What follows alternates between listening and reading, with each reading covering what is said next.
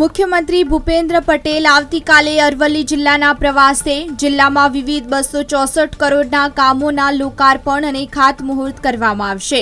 મોડાસાની engineering college ખાતે યોજાશે programme. તો મોડાસાથી રાયગઢ રોડ સુધીના માર્ગનું 94 કરોડના ખર્ચે ખાતમુહૂર્ત કરાશે।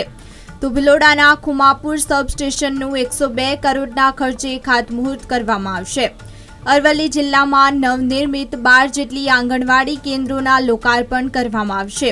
આ મુખ્યમંત્રી દ્વારા વિવિધ કામોના લોકાર્પણ અને ખાતમુહૂર્ત કરવામાં આવશે। મુખ્યમંત્રી ભૂપેન્દ્ર પટેલ આવતીકાલે અરવલ્લી જિલ્લાના પ્રવાસે જિલ્લામાં વિવિધ 264 કરોડના કામોના લોકાર્પણ અને ખાતમુહૂર્ત કરવામાં આવશે। મોડાસાની એન્જિનિયરિંગ કોલેજ ખાતે યોજાશે પ્રોગ્રામ। તો મોડાસાથી રાયગઢ રોડ સુધીના માર્ગનું 94 કરોડના ખર્ચે ખાતમુહૂર્ત કરાશે। તો ભિલોડાના ખુમાપુર સબસ્ટેશનનું 102 કરોડના ખર્ચે ખાતમુહૂર્ત કરવામાં આવશે। અરવલ્લી જિલ્લામાં નવનિર્મિત 12 જેટલી આંગણવાડી કેન્દ્રોના લોકાર્પણ કરવામાં આવશે। આ મુખ્યમંત્રી દ્વારા વિવિધ કામોના લોકાર્પણ અને ખાતમુહૂર્ત કરવામાં આવશે।